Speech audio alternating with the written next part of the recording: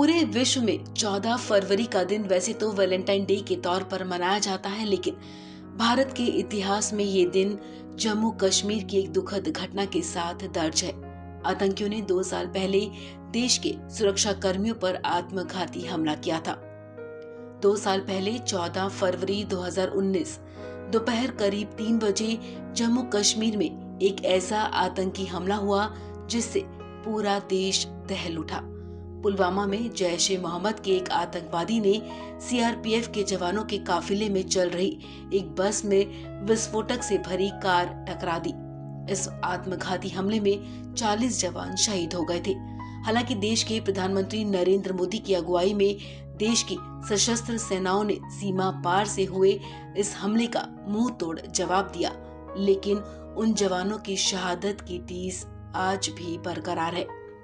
दरअसल पुलवामा जिले में जैश ए मोहम्मद के एक आतंकवादी ने विस्फोटकों से लदे वाहन से सीआरपीएफ जवानों की बस को टक्कर मार दी थी।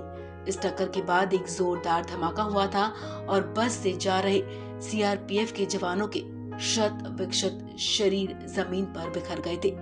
इस हमले को अंजाम देने वाले आदिल कारी यासिर, सज्जाद भट्ट, उमर फारूक, मुदस्सिर अहमद खान सभी मारे जा चुके हैं। इसमें राष्ट्रीय जांच एजेंसी एनआईए ने भी अहम भूमिका निभाई। एनआईए ने अगस्त 2020 को पुलवामा हमले को लेकर 13,500 पन्नों की चार्जशीट दाखिल की थी। इसमें 19 आरोपियों के नाम शामिल किए गए थे, जिनमें से 6 की मौत हो चुकी है। ये 6 आतंकी अलग अलग ऑपरेशन में मारे गए। एनआईए की चार्जशीट में बताया गया था कि आतंकी संगठन जैश ए मोहम्मद ने आईएसआई समेत पाकिस्तान की सरकारी एजेंसियों के साथ मिलकर ये साजिश रची और पुलवामा हमले को अंजाम दिया।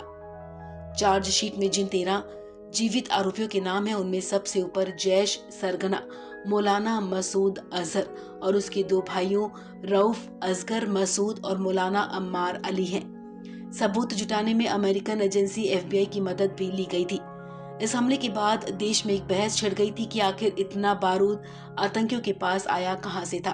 इस पूरी घटना की जांच कर रही एनआईए ने मार्च 2020 में अपने रिपोर्ट में कई चौंकाने वाले खुलासे किए थे। रिपोर्ट में बताया गया था कि पुलवामा हमले में बम बनाने के लिए इस्तेमाल किए गए chemical e commerce site Amazon से खरीदे गए थे।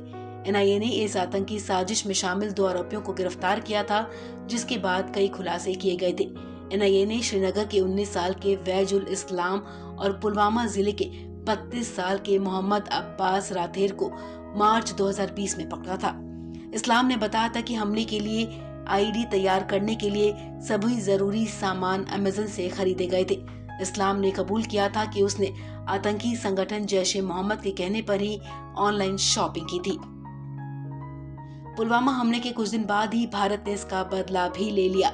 पुलवामा अटैक के ठीक 12 दिन बाद सुबह जब देश के लोगों की आंखें खुली तो वो खुशी से झूम उठे।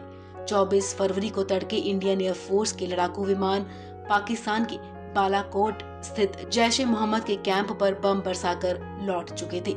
एयर स्ट्राइक में बड़ी संख्या में आतंकवादी ट्रेनर और सीनियर कमांडर मारे गए थे।